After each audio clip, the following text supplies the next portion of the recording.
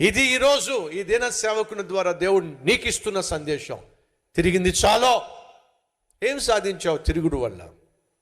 భార్య ఉన్నప్పటికీ భార్యను పట్టించుకోకుండా తిరుగుతున్నావు. భర్త ఉన్నప్పటికీ భర్తను లెక్క చేయకుండా తిరుగుతున్నావు. అమ్మ నాన్న నీ మీద కలలు కంటున్నప్పటికీ, ఆశలు పెట్టుకున్నప్పటికీ వారి ఆశలను అడి ఆశలు చేస్తూ అడ్డమైన తిరుగుళ్ళు తిరుగుతున్నావు. అడ్డమైన చోట్ల తిరుగుతున్నావు. ఏమి సాధించావు? ఒక తండ్రికి ఇద్దరు కొడుకులు ఉన్నారట.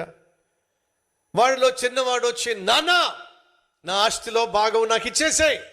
సాధారణంగా ఆస్తి పంపకాలు ఎప్పుడు జరుగుతాయో చెప్పండి, కాస్త చెప్పండి. నా తదంతరము వీలునామా రాస్తారు. సాధారణంగా తండ్రి ఏం చేస్తాడు? వీలునామా రాస్తాడు. వీలునామా అంటే అర్థం ఏమిటి? బ్రతుకున్నప్పుడు అది చెల్లదు, చనిపోయిన తర్వాతే అది చెల్లుబాటు అవుతుంది. ఎందుకని? నా తదంతరము అనగా నేను చనిపోయిన తర్వాత ఈ ఆస్తిని ఈ విధంగా భాగాలు చేస్తున్నాను. నా కొడుకింత, నా కూతురికింత, నా భార్యకింత అని చెప్పి ఆస్తి పంపకాలు సాధారణంగా మరణించిన తరువాత. కొన్నిసార్లు బ్రతుకున్నప్పుడే తండ్రి ఇష్టానుసారంగా ఆస్తిని పంచవచ్చు. కానీ ఇక్కడ వెరైటీ ఏమిటయా అంటే, కొడుకు వచ్చి అంటున్నాడు, నువ్వు నాకు రావలసిన ఆస్తిని ఇచ్చేసాయి. ఒరే నేను ఇంకా బతికే ఉన్నాను కదరా, నువ్వు బతుకుంటే నాకేంటి? నా ఆస్తి నాకు ఇచ్చేసాయి.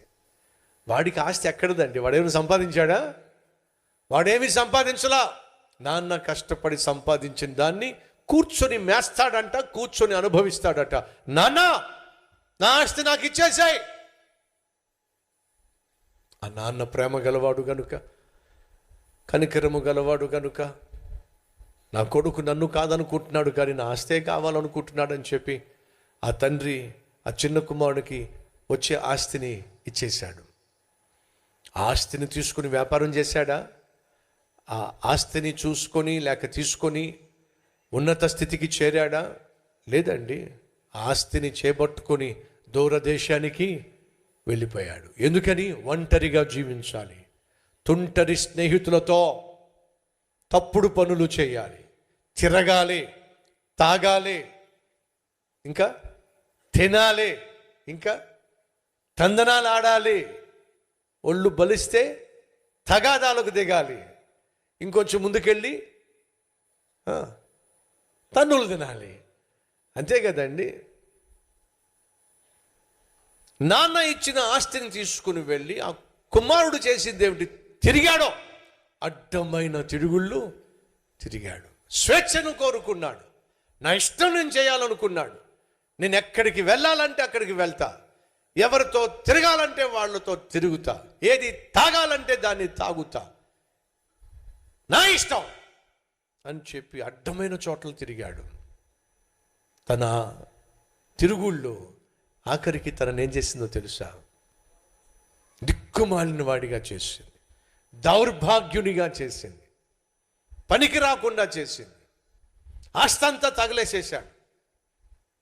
ఆఖరికి చేతిలో చిల్లి గవ్వ లేని స్థితికి చేరినప్పుడు తనతో పాటు ఉన్నటువంటి స్నేహితులు, అరే రే పాప ఇప్పటిదాకా మనల్ని మేపాడు, మనకే లోటు లేకుండా చూసుకున్నాడు, బాగా తాగించాడు, అమ్మాయిల్ని సప్లై చేశాడు, ఇప్పుడు పాపం వాడు తినడానికి లేకుండా అయిపోయింది, వాడికి మనం సహాయం చేయాలి, వాడిని మనం పోషించాలి.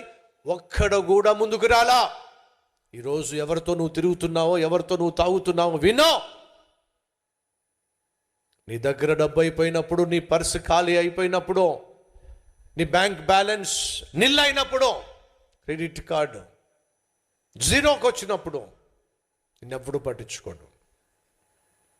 ఈరోజు నీ పర్సును చూసావు, నీ బైక్ను చూసావు, నీ బ్యాంక్ బ్యాలెన్స్ చూసావు, నువ్వు కలిగి ఉన్నటువంటి వస్తు వాహనాలను చూసావు.